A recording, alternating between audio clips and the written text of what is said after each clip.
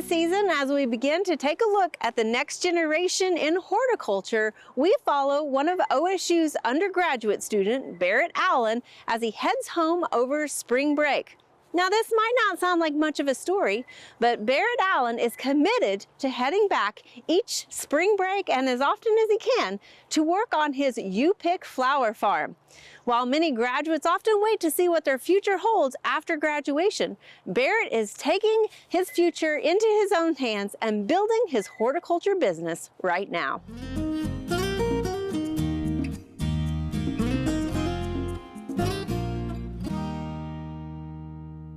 My family, we do a bunch of different things. So with the turf grass side, we do that, and then we do pecans. And then on top of that, we've decided to move into cut flowers because we need something else on the farm. I really fell in love with it because at the time I was not a fan of what I was doing with my career.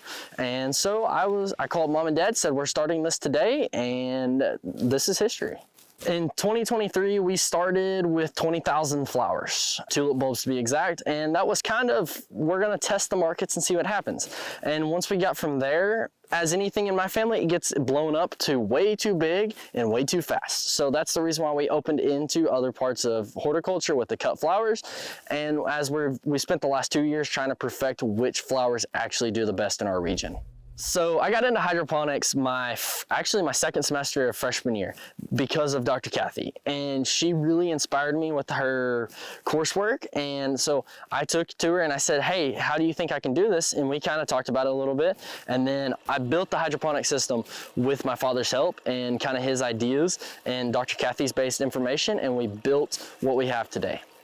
Barrett's business, I think, is a great example of what you could do with what you've been able to learn at OSU. He really took on interest while he was there, and then he put that into practice. So when I teach future semester, it's a great example to show what can be achieved with what you're learning here. So the flower process starts by rototilling the ground to make sure we can break up all the hard packed clay, because this ground is really bad right here. And then we will go in and lightly pack it, so therefore there's a nice seed bed for the tulips, followed by placing the tulips as tight as about an egg carton.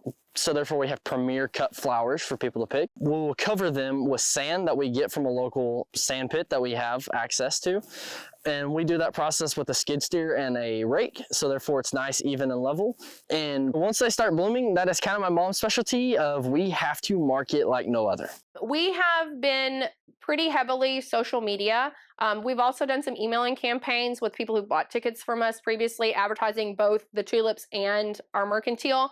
We've done some radio spots, but word of mouth has been our biggest, and our own social media.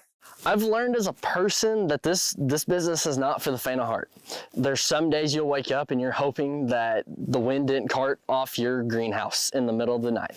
There's also times that we have to deal with the snow, the ice, the wind. They all bring a new challenge. So I've learned to take challenges head on and to problem solve on the fly. That's been the biggest thing I've learned. Has the entrepreneurial spirit, and always has. I mean, we said he could sell ice to an Eskimo, and he probably could. But we're super proud of him, and he's a good kid. And tell me about when you see people coming down here. What does it mean to you to see them experiencing your work? It's actually probably one of the coolest things is whenever I get to do it. I always like to bring the best out in people and try to help them see things better. So like when they have the flowers, you never know what they're going through. As Linda Vodder taught me one time in Dr. Needham's class, you never know what somebody's going through when they're looking at your flowers. It could bring them the best memories or the worst memories, but a lot of times it brings a smile to their face. That's pretty impressive.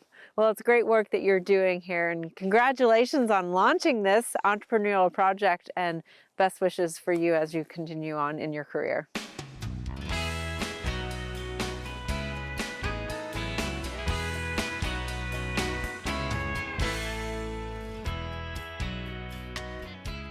We hope you enjoyed this video as part of our Oklahoma Gardening YouTube channel.